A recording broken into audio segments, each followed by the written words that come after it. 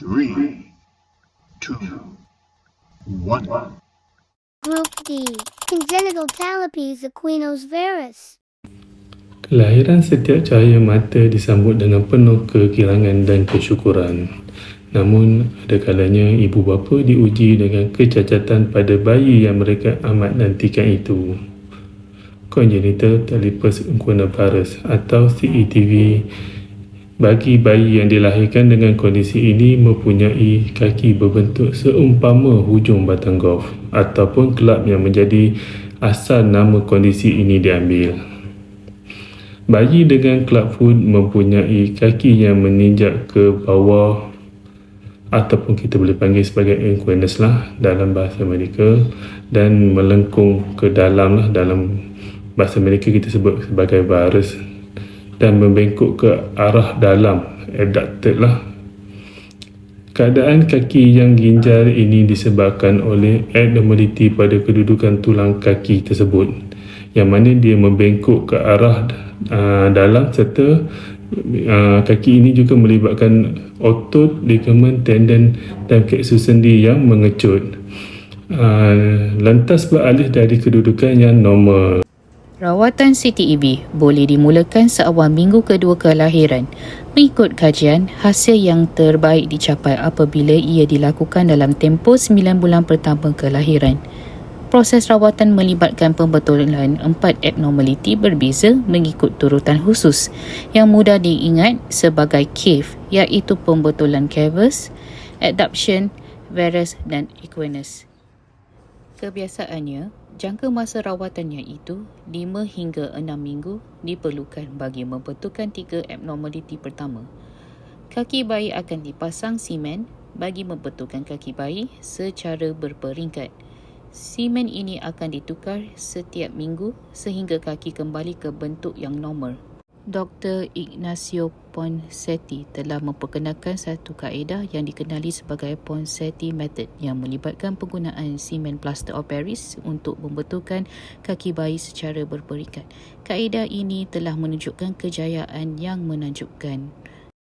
Application of CAST using Ponseti method. Sebelum tahun 1940, kaki bayi perlu dibedah bagi mengembalikan ke bentuk asal, namun hasilnya tidak begitu memberangsangkan. Selepas melakukan kajian dan mengikuti perkembangan pesakitnya, teknik Ponseti telah diperkenalkan oleh Dr. Ignacio Ponseti dan mengambil masa selama 6 minggu untuk rawatan pemulihan. Rawatan boleh dimulakan seawal minggu kedua kelahiran. Kaki bayi akan dipasangkan simen, iaitu plaster of Paris, bagi membetulkan kaki secara berperingkat. Simen akan ditukar setiap minggu bagi membetulkan equinus. Ada kalanya prosedur tenotomi, iaitu rawatan pembedahan secara bius penuh, dilakukan bagi melonggarkan, dan toresan sedikit sepanjang 5 mm akan dibuat pada bahagian belakang urat keting. Tendon Achilles bagi kaki dibengkokkan ke bentuk yang normal. Selepas prosedur tenotomi, simen akhir akan dipasangkan selama 3 minggu dan sebaik sahaja dibuka, kaki bayi akan dipakaikan kasut khas yang dikenali sebagai Dennis Brown sehingga tulang dan otot bayi matang. Komplikasi clubfoot adalah suatu kondisi kaki yang menghala ke atas serta ke dalam dan tidak memijak lantai. Ia boleh terjadi pada sebelah atau kedua-dua belah kaki. Kondisi ini perlu dirawat dari kecil kerana sendi dan otot masih lembut dan dapat memperbaiki keadaan posisi kaki agar dapat berjalan dalam keadaan yang betul. Selalu kas ini ambil masa 24 hingga 48 jam untuk kering. Jangan conteng atas semen, boleh mendatangkan komplikasi pada kaki bayi. Jangan keringkan semen guna hair dryer, biar ia kering sendiri guna udara biasa.